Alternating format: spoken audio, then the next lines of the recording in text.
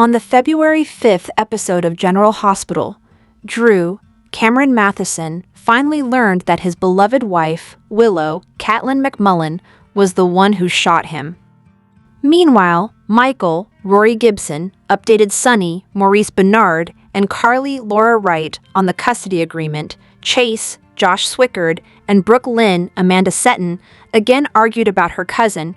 Curtis, Donald Turner, threw down an ultimatum to Portia, Brooke Kerr, Molly, Kristen Vaganos, inspired Rick Hurst, Jordan, Tanisha Harper, gave Justine, Nazneen Contractor, advice, and more. Here's all that happened. On the way to yoga class, Justine bumped into Jordan and asked the former police commissioner about some cold cases against Sonny. Since he'd been questioned in dozens of cases but only convicted of one, Justine wondered if he'd become the PCPD's default suspect, often allowing the real perp to get away, and wasn't as bad as she'd been led to believe. Scoffing at Justine's apparent soft side for Sonny, Jordan warned her that he was not an innocent man. It was easy to fall under Sonny's spell, Jordan noted, but also a big mistake, especially if you stood in the way of something he wanted. And there was one big thing she could think of that Sonny would want from Justin. "You think he's cultivating me to protect his son in Drew Kane's shooting?" Justine mused, going on to share that there was inadmissible evidence in Drew's shooting that made her question if a case against Michael would even make it to trial. She said that Sonny would have nothing to do with the DA office's decision to prosecute Michael.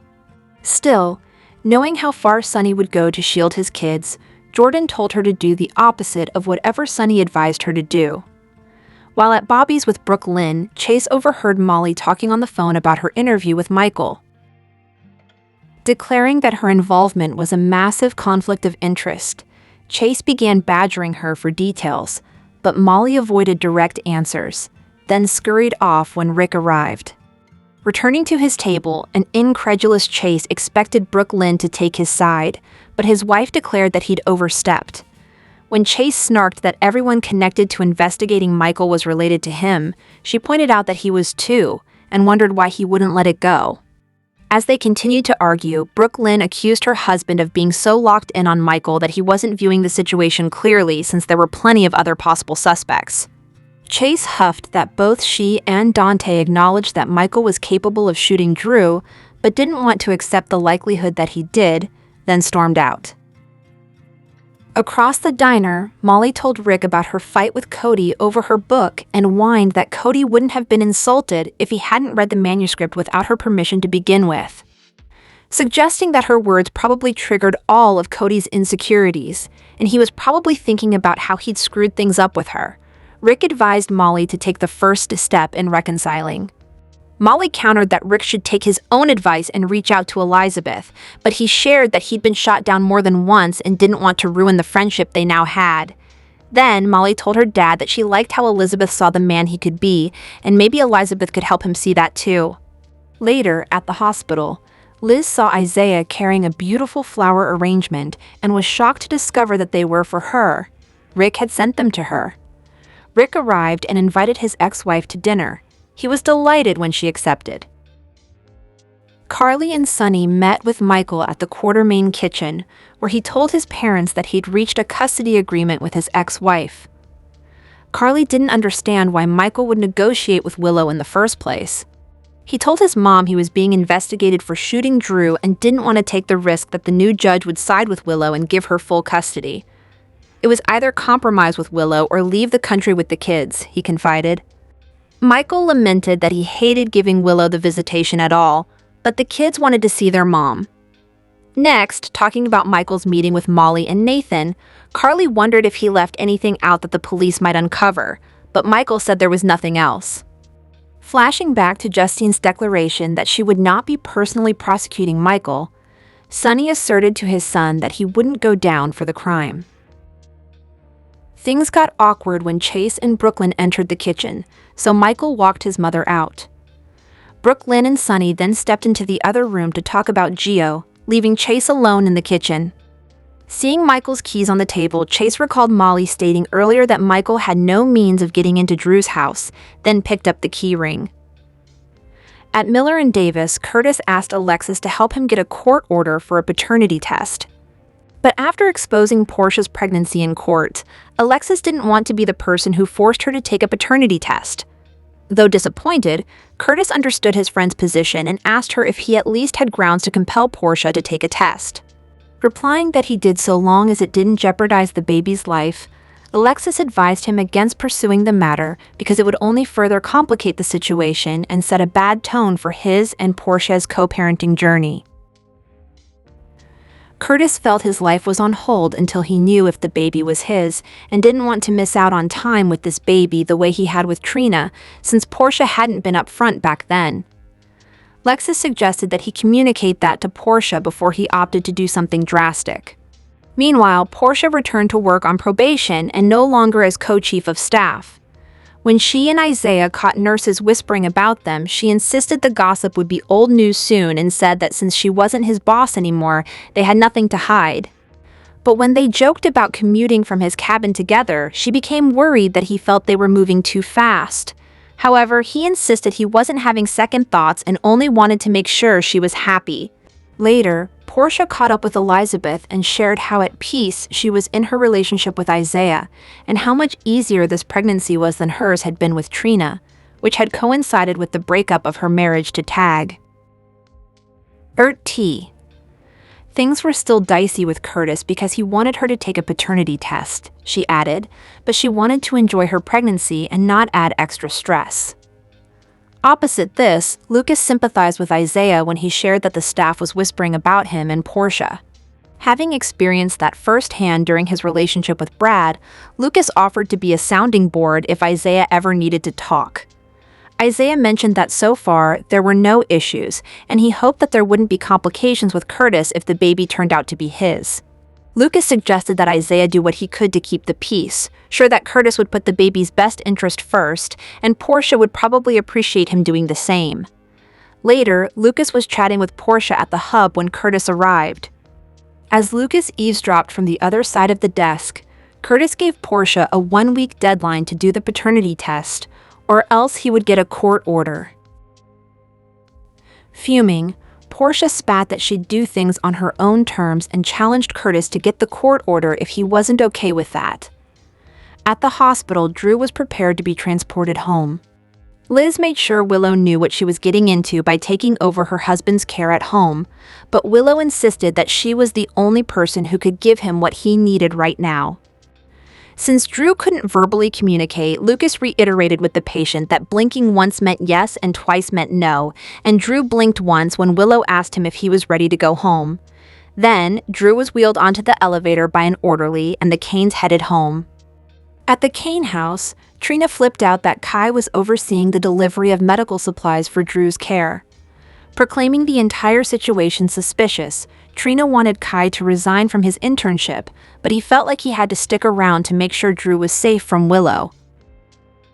Just as Trina finished crying out that Willow was dangerous and they didn't know what else she was capable of, Willow arrived at home. When Willow asked Kai to help the attendant bring Drew in from the back door, Trina exited out the front, not wanting to be in the way.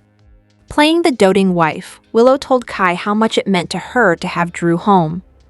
After leaving Drew's, Trina and Kai went to Miller and Davis, and Alexis was shocked to hear that Willow was caring for Drew at home. For Scout's sake, she was appreciative that Kai had decided to remain as Drew's intern to keep an eye on things, but urged them to come to her immediately if they saw anything suspicious. The General Hospital spoilers for Friday, February 6, 2026, focus on Elizabeth, who plays peacemaker as she diffuses a tense situation. Meanwhile, look for Britt to push back, and for Michael to confide in Brooke Lynn.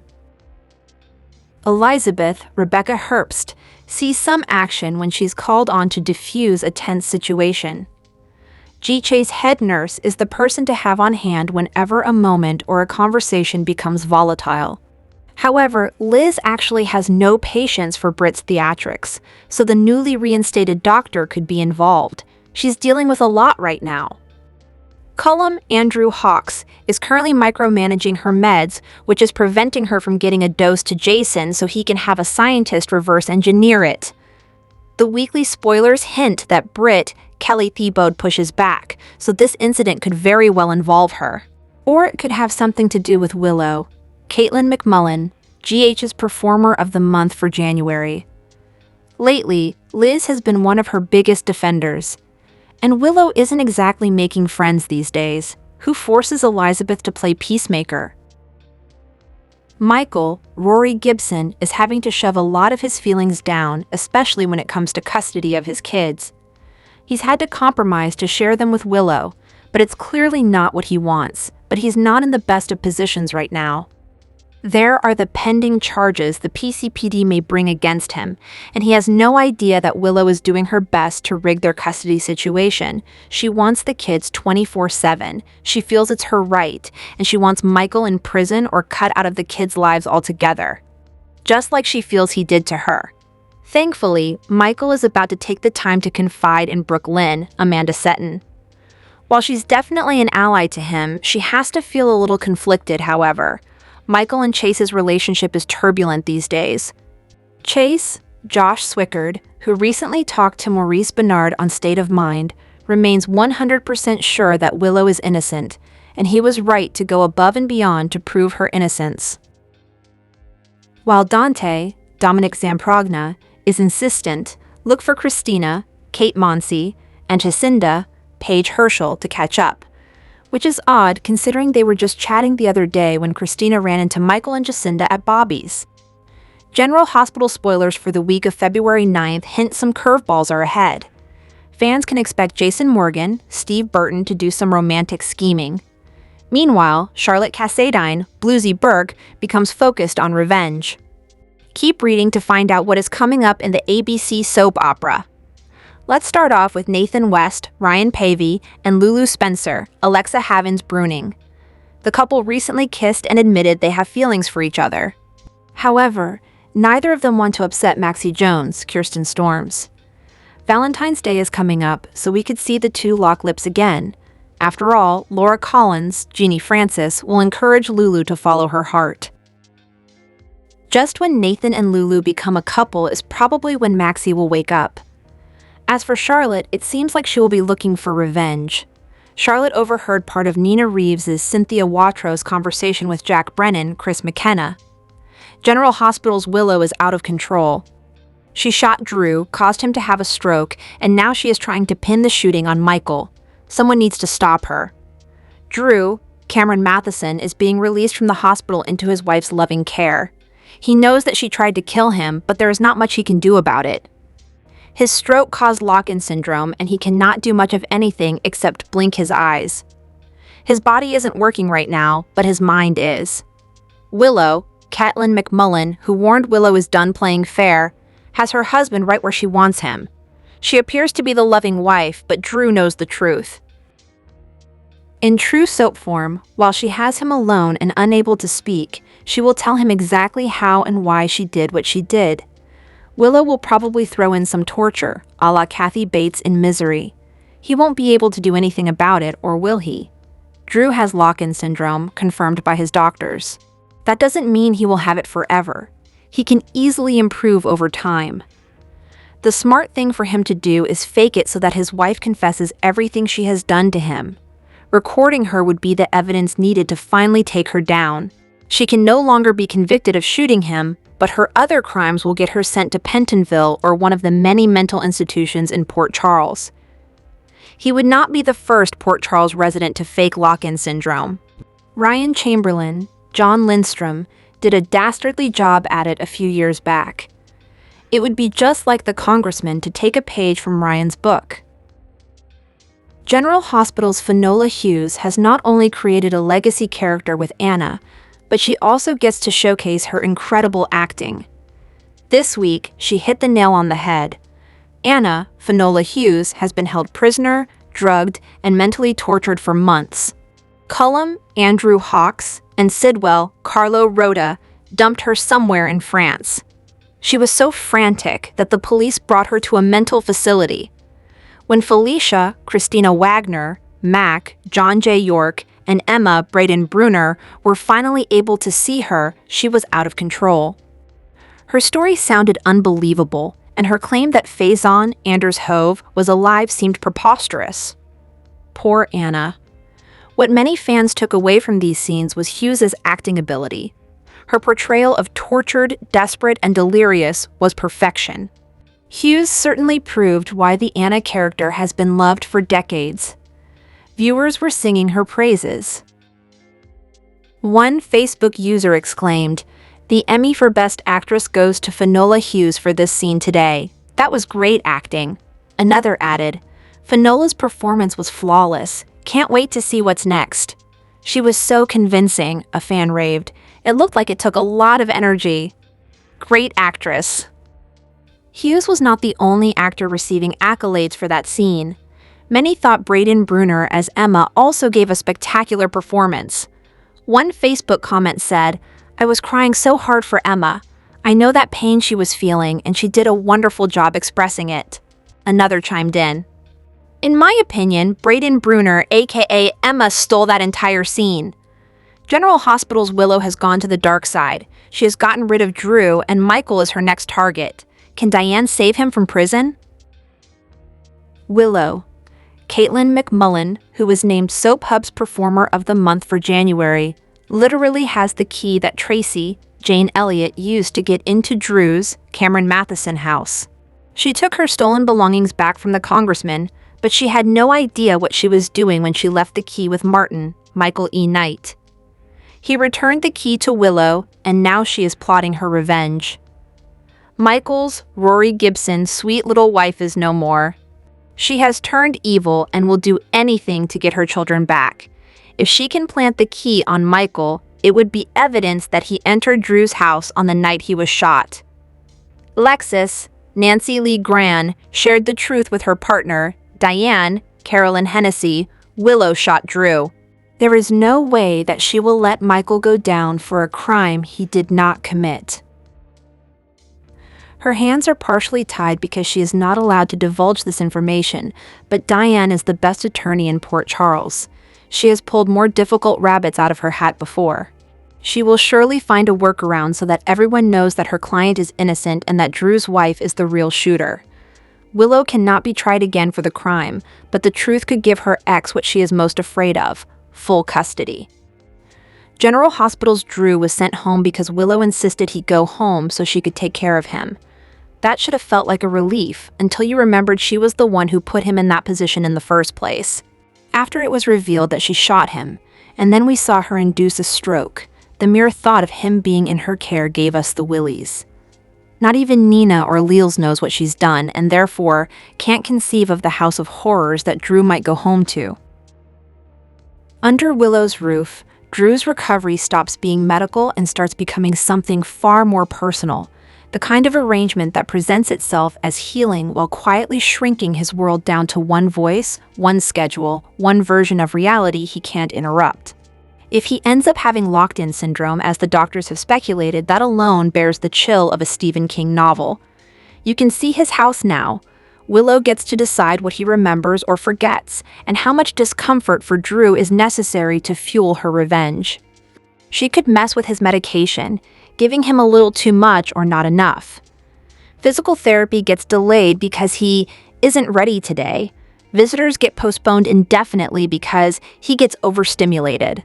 On the surface, none of her behavior would come across as violent. His autonomy will be squashed as Willow gets to decide what he should and shouldn't do. She could endlessly torture him and no one would know. What's really unsettling about the whole situation is the thought that Drew's mind remains sharp while Willow hovers over him, reminding him of all his misdeeds, reminding him of who he's hurt, always with the careful phrasing of a woman who believes she's in the right. She could mess with him and he wouldn't be able to tell her to stop. There's also the darker turn soaps like To Circle, where caretaking slips into performance and Willow's need to be needed outweighs Drew's need to recover, turning setbacks into something useful. A stumble gets explained away. A symptom gets stretched just enough to sound alarming. A concern gets amplified, so dependency feels reasonable. It isn't cruelty for spectacle. It's something colder, a belief that prolonging his suffering serves a purpose. If that story plays out, Drew doesn't face chains or locked doors. Just a smiling caretaker who controls the world, one small decision at a time. A situation where escape isn't about getting out, but about being believed. That's why the idea of Drew going home with Willow doesn't read as comfort or closure. It reads as the moment the lights dim, the door closes, and the real horror waits to see how far she's willing to go. Check out Willow's latest move against Michael. General Hospital spoilers suggest that Anna Devane, Finola Hughes, has been located in France and seems very disoriented. The last GH fans saw of the woman, she was being held captive in the Windermere tunnels. In fact, WSB head Ross Cullum, Andrew Hawks, and resident baddie Jen Sidwell, Carlo Rota, were using her in mind game experiments that seemed to be linked to their cold fusion project. With that said, is the woman in France really Anna? Here's what we know. General Hospital spoilers remind fans that Nathan West, Ryan Peavy, arrived back from the dead in the fall of 2025. While his fingerprints matched and all arrows are pointing to the idea that he is Nathan West, some recent slip-ups indicate that he may not be. From mishandling evidence to the slip-up with Lulu Spencer, Alexa Havens Bruning recently, when he talked about his dad teaching him the periodic table of elements, Nathan doesn't appear to be Nathan. In fact, he seems somehow wrapped up in Cullum and Sidwell's research, but GH viewers are having a hard time pinpointing exactly who he is and what's going on. Has Nathan been brainwashed? Is he a part of the cold fusion experiment? Is he Peter August, last played by Wes Ramsey, or possibly Caesar Fezon, Anders Hove? With Nathan acting odd and now Anna, it's not hard to think that these situations are linked. There's also the idea that Alex Devane, Finola Hughes, Anna's evil twin, may also be in the mix of things. After all, Alex not only despises her sister, but she also happens to be Peter's mom, so if Peter has somehow infiltrated Nathan's body, Alex may be the woman in France, with Anna stashed somewhere else. Either way, will anyone put two and two together and realize that Anna is not herself? Can they figure out what Cullum and Sidwell are up to? Will Anna Devane return to town, or is someone else pretending to be her? What about Nathan? Share your thoughts in the comment section. Tune into General Hospital daily for all the Port Charles drama and visit this site regularly for the hottest GH updates, spoilers, and news.